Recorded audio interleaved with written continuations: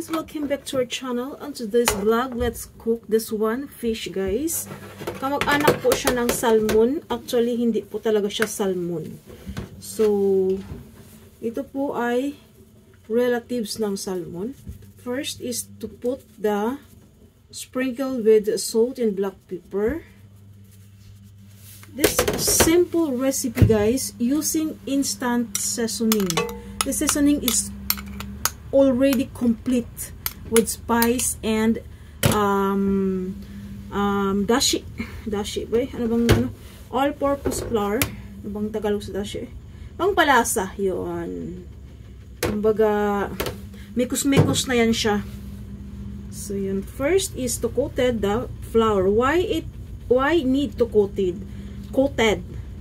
Para soft yung meat at yung taste ng isda ay hindi mag-come out. So, hindi lang po siya arty, mayroon po siyang purpose. Then, bahagyan natin siyang i-fry, guys. And a small amount of cooking oil.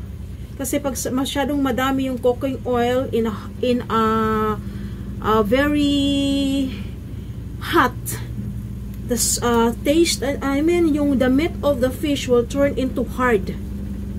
At hindi na po siya masarap. So, ang isda na ito ay very sensitive. So, dapat sa kanya soft lang para mas magiging malinamnam. So, in a very low fire with extra care na hindi siya ma-overcook. So, yun po yung ating tips for this kind of fish, no? Kasi soft meat kasi siya. Hindi siya kailangan lutuin ng crispy. Kasi nga, siya ay masarap kainin or malinamnam na uri ng isda. So, yun. So, yun guys. Bagyan natin siyang i-fry in a small amount of cooking oil with slow fire. Tama lang na maluto siya at hindi mo siya kailangan i-crispy. No need to cook crispy. Soft lang. Yan. Tapos, gagamitan po natin siya guys ng mushroom and spring onion. So, ganyan lang po ang kanyang pagkaluto guys. Small amount of cooking oil, then slow fire. Keep watching guys. So, ayan guys, ito po ay ready na po siya. Huwag natin siyang gawing crispy pag ganitong isda ang ating lulutuin. Dahil masisira ang kanyang nutrients at the same time, hindi siya masarap pag sobrang crispy. Ibang uri siyang isda.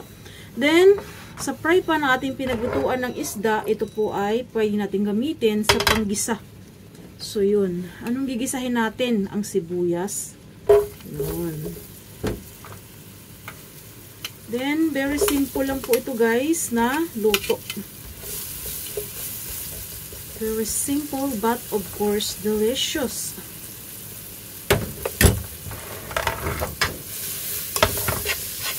Ayan. Ito din ay hindi siya spice. Not only spice, but also this one is main. So, from spice to is pwede mo siyang gawing ulam. At manamis-namis po ang lasa ng onion na ito. Big onion. Big spring onion. So, wag mo siyang i-overcook kasi sayang yung kanyang lasa. Then, let's follow the mushroom. Ang mushroom na ito ay tinatawag nila na iringgi. So, yun. Tapos, lagyan po natin ng sake. Ang bango guys. Amoy pa lang, lasing na ako.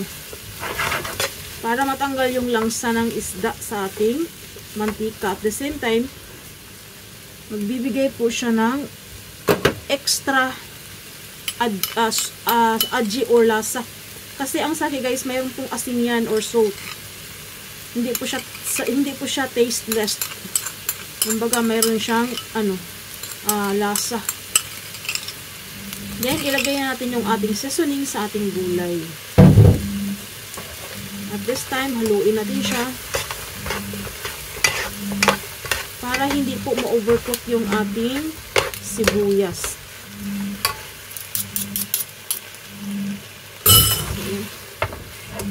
Lutuin nga natin ito ng mga 2 to 3 minutes. Then yun, keep watching. Ayan guys, lumabas na po yung gel or water mula sa ating gulay. So, at this point, itappings na po natin ang ating isda.